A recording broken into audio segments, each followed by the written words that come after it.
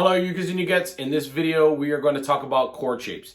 There are 4 basic chord shapes in your major chords. We're going to go over that today, where you can use those shapes all over your fretboard for any chord you want.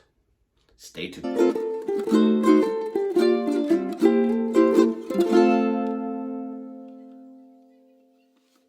Now, today we're going to talk about shapes, not particularly chords and remember the chords, but the shapes of those 4 basic chords. The first one, we are going to take our second finger, place it on the top string, 2nd fret. Our first finger will go on the 3rd string, the C string on the 1st fret. That is your first shape. That is the A shape. Now, what you can do with this shape and any other of the shapes that we're going to talk about today is use the BroTip, the -1 technique, where you're going to minus your first finger and play that same chord shape, but now using your 2nd and 3rd finger. So your 2nd finger will go on the 3rd string, 1, 2, 3, the 1st fret, and your 3rd finger will go on the top string, the G string, on the 2nd fret. And that is still your A chord shape. Now what we're going to do is our -1, our finger here, we're going to slide all 3 of them over, bar either the whole thing, whatever you're comfortable with, or just the 2 remaining strings that are not being held by fingers. So for me, I'm just going to hold the bottom 2 strings. Slide it up. We just sharpened it. That is an A sharp chord or B flat. You can move that chord shape up to find your B, move it up again to find your C, C sharp, D, and so on. That's one chord shape that you should know, you should practice, and get very good at. Let's go on to the next chord shape. The next chord shape is D. We're going to use all 3 of the top strings on the 2nd fret. I use 2 fingers, the 2nd and the 3rd finger, and we hold that position. That is our D position and our 2nd basic chord position. All right, so our foundation here is our 2nd fret top string, 2nd fret 3rd string, and 2nd fret 2nd string or E string. All right, that is our D chord shape. Now, because we have our -1 and we're using our 2nd and 3rd fret, or excuse me, our 2nd and 3rd finger, we can slide it up and put our finger on top of the 1st fret of our bottom string.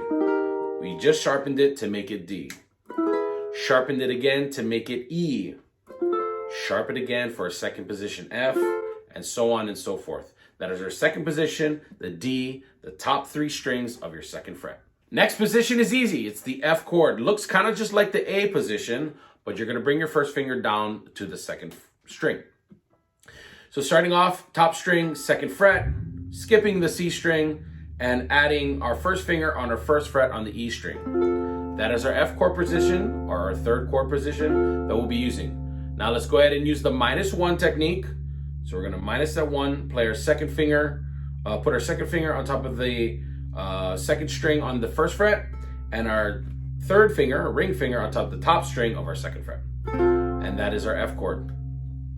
Slide it up and add that finger. This time we're going to bar the whole thing, or you can bar the bottom 3, whatever you're comfortable with. I am more comfortable barring the whole thing. We've just sharpened it to F sharp. Moved it again to G. Moved it again to G sharp. Moved it again now to A, and so on and so forth.